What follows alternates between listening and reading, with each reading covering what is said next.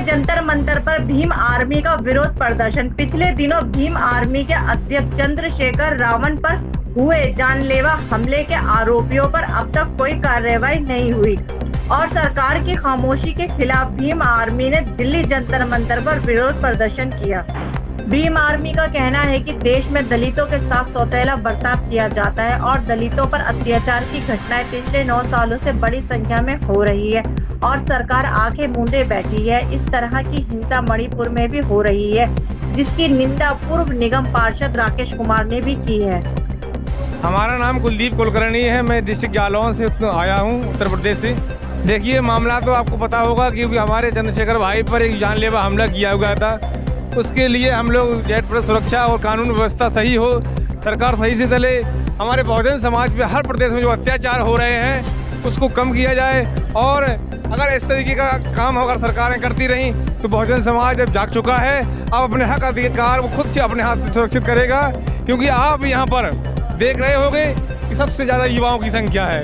आपको पता होगा जहाँ युवा लग जाता है तो परिवर्तन होता है। मैं कहना चाहता हूँ, मेरा नाम महेंद्र परियार है, हम राजस्थान अजमेर से आए हैं। आज जो भाई चंद्रशेखर आज़ाद पर जो आज़ाद समाज पार्टी के जो संस्थापक हैं उनके ऊपर जो जानलेवा हमला हुआ, गोली से जो वार हुआ सहारनपुर में, तो वो आज पूरे बहुजन समाज में बहुत बड़ा रोष है कि आज जो दलित, वंचित, पिछड़ों सबकी जो आवाज़ उठाने वाले हैं और इतने पावरफुल व्यक्ति हैं जिनके ऊपर भी अगर जानलेवा हमला हो सकता है तो एक साधारण व्यक्ति का इस देश में रहना बड़ा मुश्किल है। और आज जो ये जो घटना हुई है, बहुजन समाज में इतना रोष है। और आज 21 जुलाई हम यहाँ जंतर मंतर पे पूरे देश से लाखों की संख्या में जो लोग आए हैं और भाई चंद्रशेखर आज़ाद की सुरक्षा के लिए, सरकार में सीबीआई जांच की मांग के लिए और भाई चंद्रशेखर आज़ाद को जेल सुरक्षा मिले, जिससे कि हमारे बहुजन समाज में जो आज ये जो घटनाक्रम हुई है अन्य किसी लोगों के साथ नहीं हो। और हमारे जो चंद्रशेखर भाई आज़ाद हैं, उन जो आज हमारी जो आवाज़ उठा रहे हैं और आज बहुजन समाज सभी उनके साथ में हाथ से हाथ मिलाकर उनके साथ खड़े हैं। जिला अध्यक्ष भीम आर्मी और आज़ाद समाज पार्टी। मामला ये है, 28 तारीख को जो चंद्रशेखर भाई के ऊपर जानलेवा हमला हुआ था और जो अपराधी थे उन्होंने भाजपा सरकार उनको संरक्षण दे रही है और भाई को Z+ सुरक्षा नहीं दे रही है। हम उनके विरोध में सब भाई के समर्थन में यहाँ आए हैं। वो तो सरकार के संरक्षण में है ना, सरकार ही तो हमला करवाई है। अब तो भाई यूपी सरकार, योगी आदित्यनाथ की सरकार है। यूपी में राम राज्य तो चल ही रहा है, सबको पता है। खुलेआम हत्याएं हो रही हैं। कौन कहता, बड़े बड़े मंचों पे भाषण देते अपने मंदिरों की, अपने राम राज्य की। यही तो राम राज्य दिख रहा है। सरेआम लोगों को गोलियां मारी जा रही हैं, सरेआम महिलाओं की इज्जत लूटी जा रही है। यही तो राम राज्य है। 24 में तख्ता पलट जाएगा, हम दलितों का राज होगा, हम दलितों का राज होगा। मेरा नाम राकेश कुमार है। मैं पूर्व निगम पार्षद, पूर्व नेता विपक्ष नॉर्थ एमसीडी आम आदमी पार्टी से रहा हूँ। और बड़े दुख की घटना है कि भीम आर्मी के जो चीफ है, जो भीम आर्मी के अध्यक्ष है श्री चंद्रशेखर रावण जी, उनके ऊपर जानलेवा हमला हुआ है। इसके अलावा पूरे देश के अंदर जो दलितों पर और खासतौर पर महिलाओं पर, चाहे महिलाएं किसी वर्ग की हैं, उन पर जो हमले हो रहे हैं, उनके साथ जो बलात्कार हो रहा है, उन सारी घटनाओं के विरोध में ये प्रोटेस्ट जो जंतर मंतर पे हुआ, हम लोग भी उसमें शामिल होकर आए हैं। और पार्टी से ऊंचे उठकर हम लोगों ने अपनी मानसिकता को तैयार किया है कि अगर कहीं पर भी कोई अन्याय है, कहीं अत्याचार है, रेप है, दलितों पर अत्याचार है, तो हम मिलजुल के इसका सामना करना चाहिए। क्योंकि ये जो मामला दलितों का मामला है, जो उनके अत्याचार का मामला है, ये हजारों साल से चला आ रहा मामला है जो खत्म नहीं होने जा रहा है। इसका मुकाबला हम लोग मिलजुल के ही कर सकते हैं। सभी दल के जो नेता हैं, हमारे बहुजन समाज के हों या कोई भी नेता, जो भी इन सवालों पे लड़ना जानता है या चाहता है, वो इस प्लेटफॉर्म पे आए। एक दूसरे के प्लेटफॉर्म पे जाना होगा, हमें कोई दिक्कत नहीं है उसके अंदर जाने में।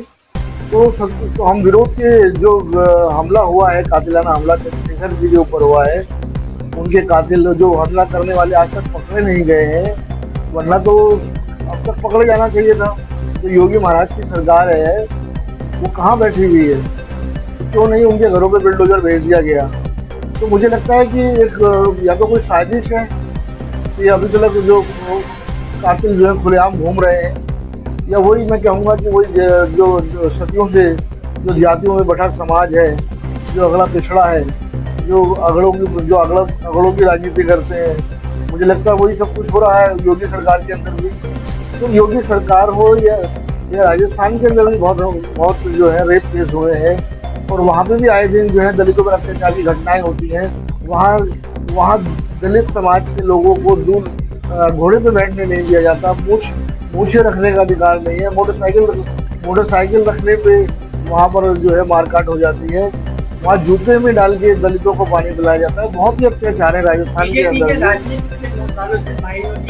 दलितों पे खास करके एक टारगेट किया गया है, उसपे हम लोग और कहीं कोई इंसान की आवाज नहीं देखिए, भाजपा सरकार तो इनकी पैरोकार है ही।